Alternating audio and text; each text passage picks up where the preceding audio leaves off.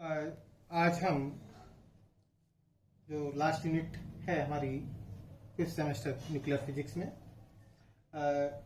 Elementary particles, आज इसको हम प्रारंभ करते हैं।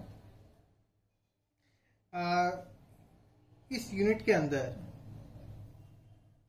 एलिमेंट्री पार्टिकल्स क्या होते हैं, उनकी क्या प्रॉपर्टीज हैं, उनका किस प्रकार से क्लासिफिकेशंस किया जाता है, इसके साथ साथ क्वार्क मॉडल क्या है, इसको भी हम समझेंगे।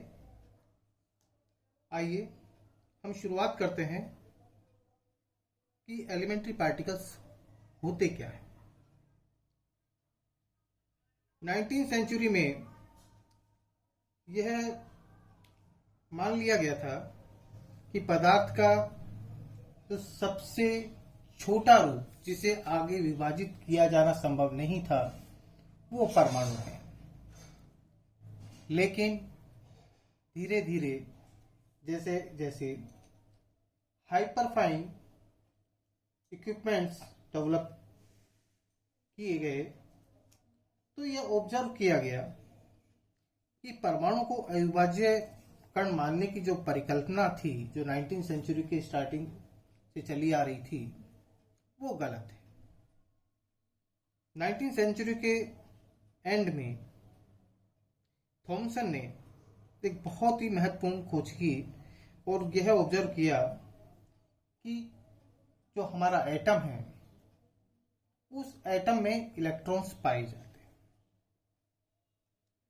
उसके बाद रदरफोर्ड ने 1911 में न्यूक्लियस के अस्तित्व को प्रायोगिक रूप से सिद्ध किया और इसके बाद चैडविक द्वारा न्यूक्लियस में न्यूट्रॉन की खोज हुई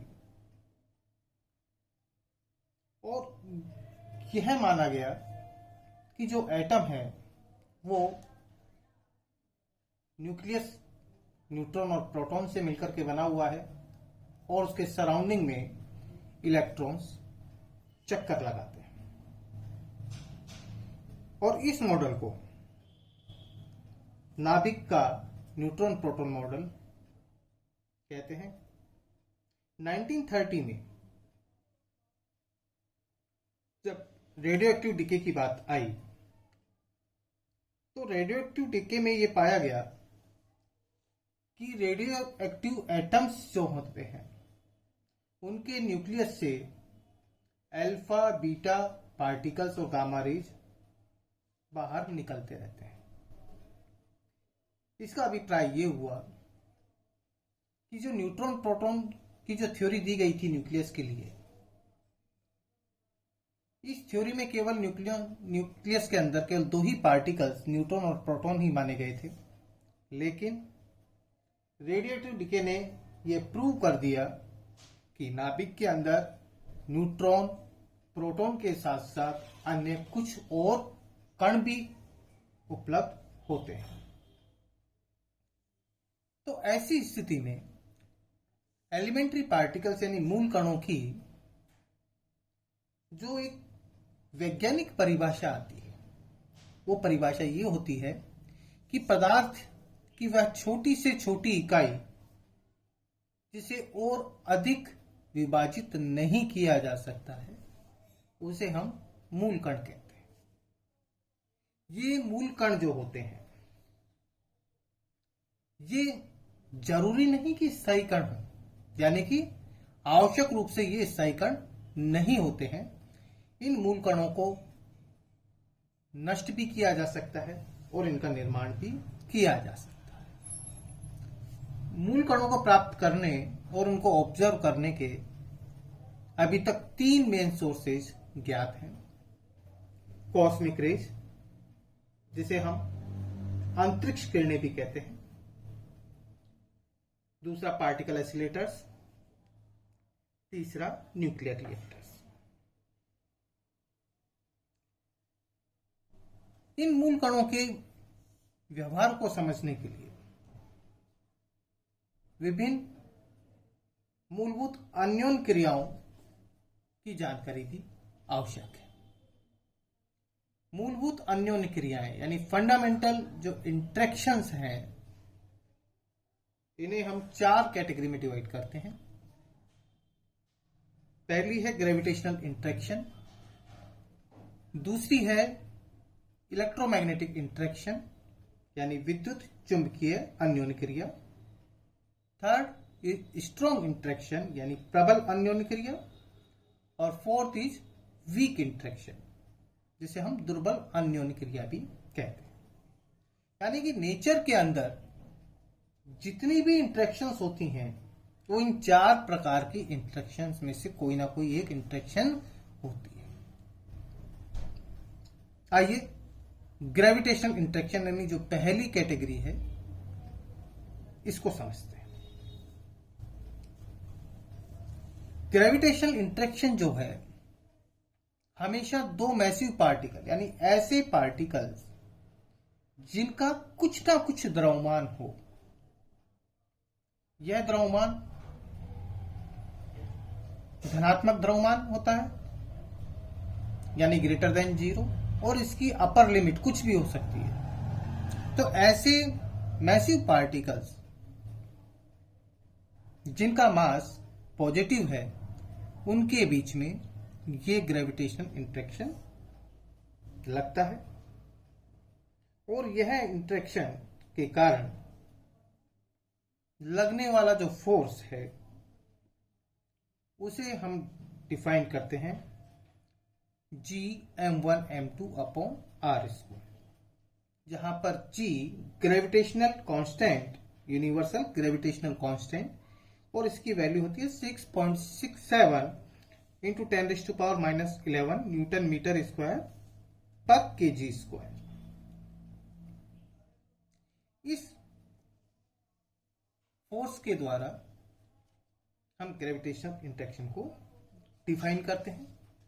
अब 2 पार्टिकल्स जो कि एक दूसरे से r डिस्टेंस पर रखे हुए हैं, तो इंटरेक्शन होने के लिए उनके बीच में कोई ना कोई पार्टिकल होना चाहिए जो कि 1 पार्टिकल से दूसरे पार्टिकल के बीच में क्या करे, इंटरेक्शन करे।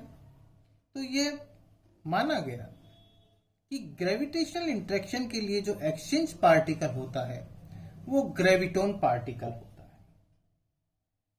और इस ग्रेविटेशनल इंटरेक्शन की जो रेंज होती है वो इनफाइनाइट होती है। यानी कि यह गुरुत्वीय अन्योन्य क्रिया दीर्घ परास वाली अन्योन्य क्रिया होती है। नेक्स्ट आता है हमारे पास में electromagnetic interaction. Electromagnetic interaction 2 charge particles के बीच में लगता है। यानी कि मान लेते हैं एक पार्टिकल जिस पर चार्ज Q1 और दूसरे पर चार्ज Q2 है, और उन दोनों के बीच में डिस्टेंस r के बराबर है। तो electromagnetic force between these 2 charges Q1 and Q2 is given by kq1 q2 upon r square. और इन चार्जेस के बीच में इंटरेक्शन के लिए जो पार्टिकल रेस्पॉन्सिबल होता है, जिसको हम एक्सचेंज पार्टिकल होता है, इलेक्ट्रोमैग्नेटिक इंटरेक्शन कहेंगे, वो पार्टिकल होता है फोटोन। और ग्रेविटेशनल इंटरेक्शन की तरह ही इलेक्ट्रोमैग्नेटिक इंटरेक्शन की भी रेंज इनफाइनाइट होती है। यानी 2 चार्जेस इनफाइनाइट रेंज पर रखे हुए हैं, इनफाइनाइट डिस्टेंस पर रखे हुए हैं, तो भी उनके बीच में फोटोन पार्टिकल के एक्सचेंज के कारण इंटरेक्शन होगा, जिसको हम इलेक्ट्रोमैग्नेटिक इंटरेक्शन कहेंगे। और चूंकि उस कंडीशन में r की वैल्यू इंफिनिटी है, तो हमारे पास में इलेक्ट्रोमैग्नेटिक फोर्स की वैल्यू बहुत कम यानी लगभग 0 के बराबर प्राप्त होती है। थर्ड टाइप का जो हमारा फंडामेंटल इंटरेक्शन होता है वो स्ट्रॉन्ग इंटरेक्शन होता है, यानी कि प्रबल अन्योन्य क्रिया।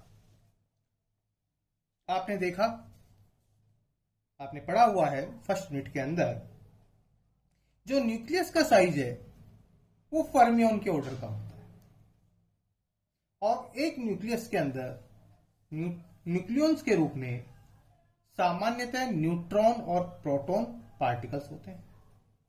न्यूट्रॉन जो पार्टिकल है वो चार्जलेस यानी न्यूट्रल पार्टिकल होता है, और प्रोटॉन जो है पॉजिटिवली चार्ज पार्टिकल होता है।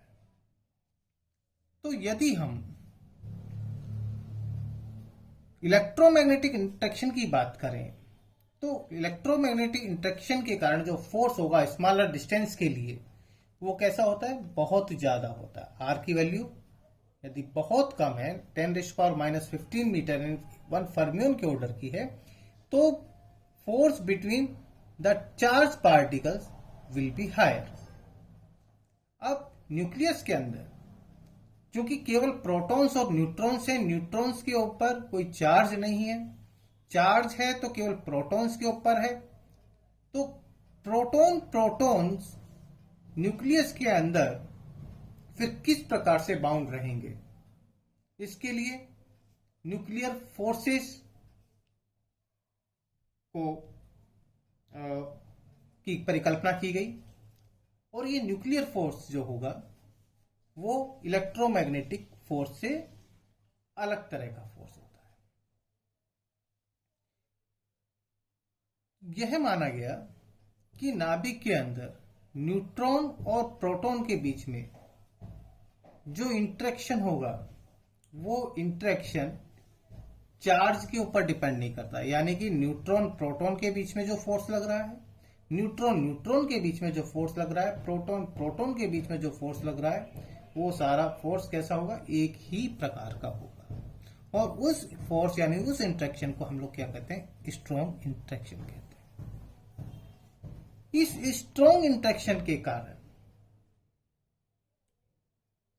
जो न्यूट्रॉन या न्यूट्रॉन प्रोटॉन या प्रोटॉन प्रोटॉन के बीच में जो एक्सचेंज पार्टिकल माना गया, उस पार्टिकल का नाम दिया गया था पायोन्स।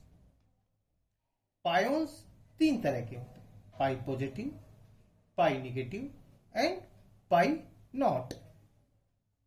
और यह जो स्ट्रॉन्ग इंटरेक्शन है, प्रबल अन्योन्य क्रिया है, इसकी रेंज केवल न्यूक्लियस के साइज यानी 10⁻⁻15 के ऑर्डर की होती है। 10⁻⁻15 मीटर के बियॉन्ड स्ट्रॉन्ग इंटरेक्शन नहीं लगता है। फिर कौन सा इंटरेक्शन लगेगा, इलेक्ट्रोमैग्नेटिक इंटरेक्शन लगता है। लास्ट जो हमारे पास में फंडामेंटल इंटरेक्शन का टाइप होगा वो है वीक इंटरेक्शन, जिसे हम दुर्बल अन्योन्य क्रिया भी कहते हैं। जब फंडामेंटल पार्टिकल्स का डिके होता है तो उस डिके को समझाने के लिए यह माना गया कि डिके के समय वीक इंटरेक्शन यानी दुर्बल अन्योन्य क्रिया प्रभावी होती है। वीक इंटरेक्शन के लिए जो एक्सचेंज पार्टिकल है उसे हम गेज बोसॉन्स कहते हैं। Gauge bosons W positive, W negative और Z नॉट के से प्रदर्शित किए जाते हैं। और इस वीक इंटरेक्शन की जो रेंज होती है इन चारों इंटरेक्शंस में सबसे कम होती है और उसकी वैल्यू होती है 10⁻⁻18 मीटर की। तो इस प्रकार से हम जो हमारे पास में फंडामेंटल इंटरेक्शन है उसको हम समझ सकते हैं। कल हम जो हमारे फंडामेंटल पार्टिकल्स हैं उनका किस प्रकार से क्लासिफिकेशन किया गया है उसके बारे में चर्चा करेंगे। Thank you.